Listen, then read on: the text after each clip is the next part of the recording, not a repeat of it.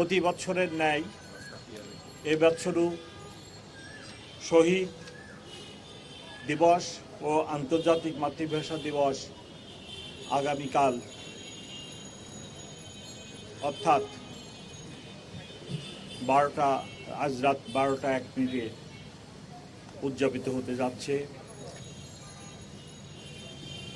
পরম শ্রদ্ধা ভরে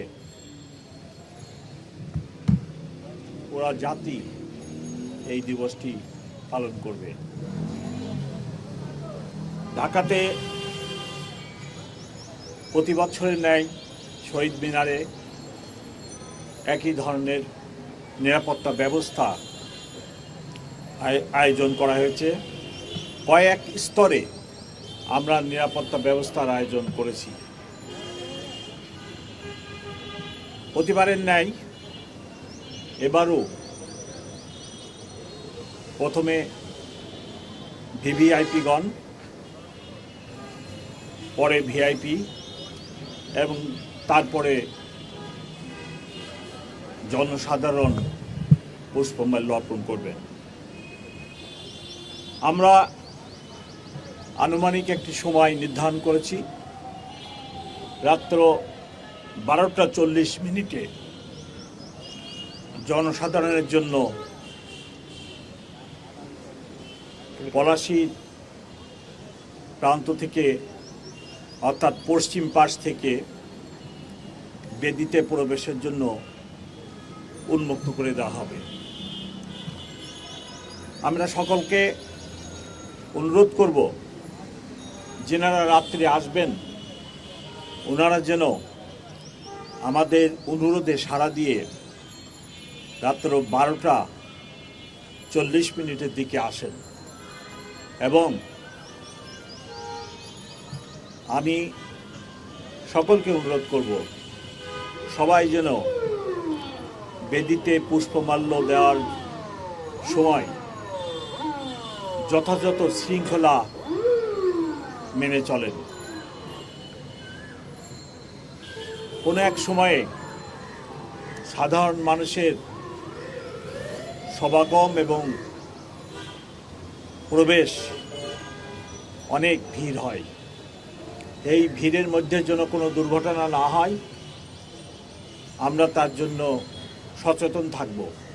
কিন্তু পাশাপাশি যিনারা আসবেন তাদের প্রতি বিনীত অনুরোধ, ওনারা যেন নিজেদের নিরাপত্তা, ওনাদের মোবাইল, মানি ব্যাগ এবং অন্যান্য ভ্যালুয়েবলস যা থাকবে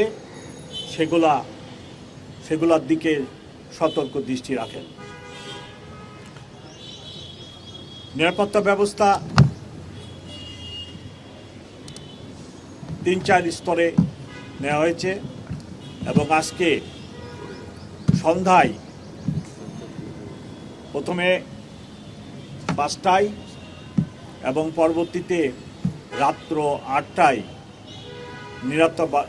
ঢাকা মেট্রোপলিটন পুলিশের অফিসার এবং ফোর্স নিয়োজিত থাকবে এবং আগামীকাল বেলা 2টা পর্যন্ত আমাদের ফোর্স এবং অফিসাররা পুরো এলাকার নিরাপত্তার দায়িত্বে থাকবেন। এখন পর্যন্ত আমরা নিরাপত্তা সংক্রান্ত কোনো আশঙ্কা দেখি না। এই ব্যবস্থার ভিতরে metal detector, archway checking, manually দেহ তল্লাশির ব্যবস্থা থাকবে। কোনোরূপ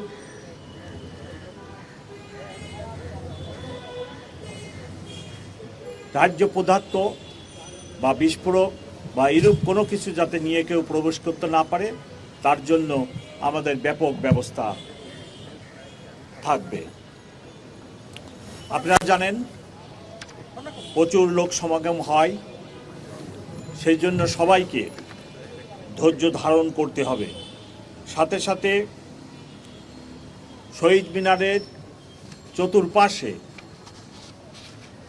1 কিলোমিটার রেডিয়াসের ভিতরে আমাদের বিভিন্ন মোবাইল টিম সতর্ক অবস্থায় নিরাপত্তা ব্যবস্থা নিশ্চিত করবে।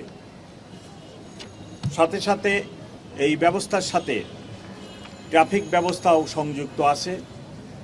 আমরা ট্রাফিক ব্যবস্থা নিয়ন্ত্রণের জন্য একটি প্রোগ্রাম করেছি। আমার অতিরিক্ত কমিশনার ট্রাফিক উনি ট্রাফিক ব্যবস্থা সম্পর্কে আপনাদেরকে এখন জানাবে। Thank you. গাড়ি প্রবেশ না করতে পারে, যেহেতু এখানে জনসমাগম ব্যাপক আকারে হবে, সেজন্য মূলত 60টা আউটার পেরিফেরিতে রোড ব্লক লাগিয়ে রোডগুলোকে বন্ধ করে দেওয়া হবে এখানে গাড়ি নিয়ে ঢোকা। এই 60টা স্থান হলো Shahbag crossing, Nilkhet, Shahidullah Hall crossing, High Court crossing, Chankharpul crossing, Palashi crossing এবং বক্সি বাজার ক্রসিং। মূলত এখান দিয়ে মানুষ আসতে পারবে না একটা ছাড়া, সেটা হলো আমাদের যে চলাচলের রাস্তা, সেটা হলো পলাশী থেকে ভাস্কর্য হয়ে জগন্নাথ হল ক্রসিং হয়ে কেন্দ্রীয় শহীদ মিনারে আসতে পারবে। আবার এক্সিট পয়েন্ট হলো শহীদ মিনারে শ্রদ্ধা নিবেদন শেষে রমনা ক্রসিং হয়ে দোয়েল চত্বর হয়ে অন্যদিকে বেরোতে পারবেন। এটা হলো এক্সিট পয়েন্ট। আর ব্যারিকেড পয়েন্টে আমাদের যথেষ্ট পরিমাণ ট্রাফিক পুলিশ সহ অন্যান্য পুলিশ সদস্যরা থাকবেন, বিশেষ করে ক্রাইম ডিভিশনের পুলিশ সদস্যরা থাকবেন। ব্যারিকেড পয়েন্ট যেহেতু কেউ অ্যাক্সেস না করতে পারে বা ব্যারিকেড পয়েন্ট ডিঙ্গিয়ে যেহেতু কেউ না আসতে পারে একমাত্র পলাশী ক্রসিং ছাড়া। আমরা নর্মালি অন্যান্যবার গাড়ি বন্ধ করা হয়, ব্যারিকেড দেওয়া হয় সন্ধ্যা 6টায়। তা আমরা ঢাকা শহরের ট্রাফিক জ্যামের পরিস্থিতি বিবেচনা করে এটা পিছিয়ে নিয়ে সর্বশেষ 9টা বন্ধ হয়ে যাবে কনফার্ম, 8টাও বন্ধ হতে পারে, ডিপেন্ড করবে শাহবাগ এলাকায় কোনো কিছু হলো কি না, আন্দোলন বা অবরোধ হলে জ্যাম বেড়ে যাবে, ওইটা ক্লিয়ার করে আমরা বন্ধ করব সর্বশেষ 9টায়। তা আমরা আশা করব মিডিয়ার মাধ্যমে এখানে ট্রাফিকের যে স্কেচ ম্যাপটা দেওয়া আছে এটা প্রচার করলে জনসাধারণ জানতে পারবে এবং সেই অনুযায়ী তারা চলাচল করতে পারবে। স্যার যেটা বলেছেন ইম্পর্টেন্ট পয়েন্ট, যে 12টা 1 থেকে 12টা 40 পর্যন্ত ভিভিআইপির ফুলদানের বিষয় আছে, এই সময়টা যাতে অ্যাভয়েড করে জনসাধারণ সেটাও আপনারা বলতে পারেন না। ধন্যবাদ সবাইকে। আসসালামু আলাইকুম।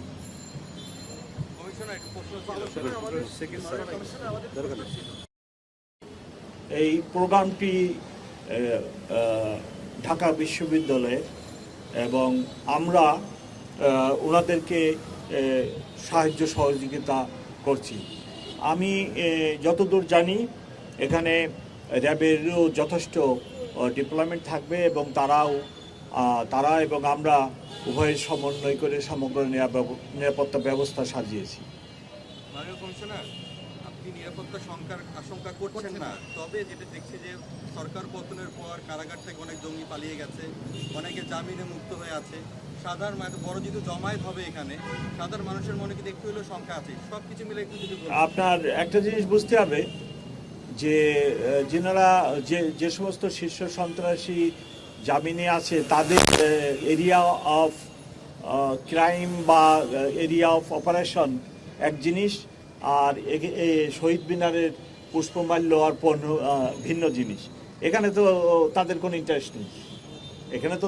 ইন্টারেস্ট নেই, জঙ্গি আশঙ্কা নেই, জঙ্গির সেরকম কিছু নেই। তবে শীর্ষ সন্ত্রাসীদের ইন্টারেস্ট ভিন্ন ক্ষেত্রে, তারা চাঁদা আদায়, টোল কালেকশন, এটা সেটা, ওই দিকে তাদের ইন্টারেস্ট, এদিকে তাদের ইন্টারেস্ট নেই। তো সেই দৃষ্টি থেকে আমি বলতে পারি যে তাদের এখানে তো কোনো অপারেশন বা ওইরকম ইন্টারেস্ট নেই, সেটা তারা এখানে আমি মনে করি না। এবং তারা যারা বাইরে আসে আমরা জানি, তাদেরকেও আমরা চেস করতেছি, তারা কন্ট্রাসার ভিতরেই আছে, একেবারে যে তারা ফ্রি অপারেশন বা ফ্রি কিছু করতে পারছে এমনটি নয়। মাননীয় কমিশনার, একটা বিষয় হলো যে আপনি অবশ্যই অবগত আছেন যে শহীদ মিনারে ফুল দেওয়াটা ধর্মীয়ভাবে অনেকে অপছন্দ করে। তো পরিবর্তিত পরিস্থিতিতে এই ধরনের কোনো শঙ্কার কথা কি আপনাদের গোয়েন্দা তথ্য রয়েছে? না না। মাননীয় কমিশনার, 5 আগস্টের পর থেকে পুলিশের যে অবস্থান ছিল মানুষের কাছে উন্নতি হচ্ছে, অ্যাকসেপ্টেন্সটা বাড়ছে মানুষের কাছে, কিন্তু আইন শৃঙ্খলা পরিস্থিতি রাজধানীর বিভিন্ন দিকে এখনো পুরোপুরি স্বাভাবিক হয়নি, আপনিও ভালো জানেন। কিন্তু এই ওইখানে actually একটা ম্যাচ গ্যাদারিং হবে ভিভিআইপি ফুল দেওয়ার পর থেকে। এই যে ম্যাচ গ্যাদারিং হবে সেইখানে যে বিশৃঙ্খলা, সেটা আপনি কি মনে করেন? মানে বাহিনীর প্রতি না, এই জন্যে আমি রিকোয়েস্ট করছি যে ভিভিআইপি এবং ভিআইপি ওনাদের বিদায়ের পরে আমি ঢাকাবাসীকে আসার অনুরোধ করতেছি, এবং তার জন্য আমি একটা সময়ও নির্ধারণ করে দিয়েছি যে আমরা অ্যাপ্রক্সিমেটলি মনে করতেছি যে 12:40-45 এই সময়ের ভিতরে মাননীয় ভিভিআইপি মহামান্য প্রেসিডেন্ট এবং মাননীয় চিফ অ্যাডভাইজার, উপদেষ্টা মণ্ডলী, ডিপ্লোমেট, অন্যান্য ভিআইপি সবার এই কার্যটি শেষ হয়ে যাবে। তারপরে জনসাধারণের জন্য উন্মুক্ত করা হবে। এই জন্য আমি সকলকে আবার অনুরোধ করতেছি, ঢাকাবাসীকে অনুরোধ করতেছি, ওনারা যেন এই সময়টা একটু মেনে আসেন, তাহলে ওনাদেরও কষ্ট কম হবে। ওনারা এসে যদি ওই পলাশির ওখানে দাঁড়ায় থাকেন ঘন্টার পর ঘন্টা, অনেক সম্মানিত মহিলারা আসেন, বাচ্চা মেয়েরাও অনেকে আসেন, আমি চাই না ওনাদের এই কষ্টটা হোক। আমি আপনাদের মাধ্যমে রিকোয়েস্ট করি ওনারা জন্য এই সময়টা একটু মেনে আসেন, তাহলে ওনাদেরও কষ্ট কম হবে, গ্যাদারিংটাও কম হবে, সব দিক দিয়ে আমরা এই ইভেন্টের নিরাপত্তা ব্যবস্থা দিতে সক্ষম হবে। মাননীয় কমিশনার, একটা প্রশ্ন আছে, গতকালকে মোহাম্মদপুরে 2 জন মারা গিয়েছে, এটা ভিন্ন প্রসঙ্গ, অন্য সময় জিজ্ঞেস করুন। এই বিষয়ে আপনার আমার মিডিয়া সেন্টারে জিজ্ঞেস করে নিন। 5 আগস্টের পর অনেক কিছু পরিবর্তিত হয়ে গিয়েছে। আমরা যতটা না, আপনি প্রশ্ন করছেন যে আমার অফিসারদের এবং আমার ফোর্সের মরাল এখন আমরা পুরা in full swing we are working, এবং law and order very good ইনশাল্লাহ। আপনারা একটা দুইটা বিচ্ছিন্ন ঘটনা ছাড়া বড় কোনো ঘটনা বলতে পারবেন না। একটি সিগনিফিক্যান্ট ঘটনা 2 দিন আগে হয়েছে উত্তরাতে, যেটা ফেসবুকে ভাইরাল হয়েছে। ওখানে 5 জন টঙ্গী থেকে এসে কিশোর গ্যাং বা এই ধরনের এরা করছে। ওই 5 জনই আপনারা কালকে আমরা মিডিয়াতে দিয়েছি, 5 জনকেই অ্যারেস্ট করা হয়েছে, সন্ত্রাস দমনে মামলা নেওয়া হয়েছে। গতকালকে তাদেরকে সেন্ট আপ করা হয়েছে, রিমান্ডে আনা হচ্ছে। আমরা সাকসেসফুলি ওটা হ্যান্ডেল করছি। আমি মনে করি বিচ্ছিন্ন 1-2টি মেনলি মোবাইল ছিনতাই ব্যতীত নগরীতে বড় ধরনের কোনো অপরাধ নেই, ল অ্যান্ড অর্ডার কোনো সমস্যা নেই, এভরিথিং ইজ নর্মাল ইনশাল্লাহ।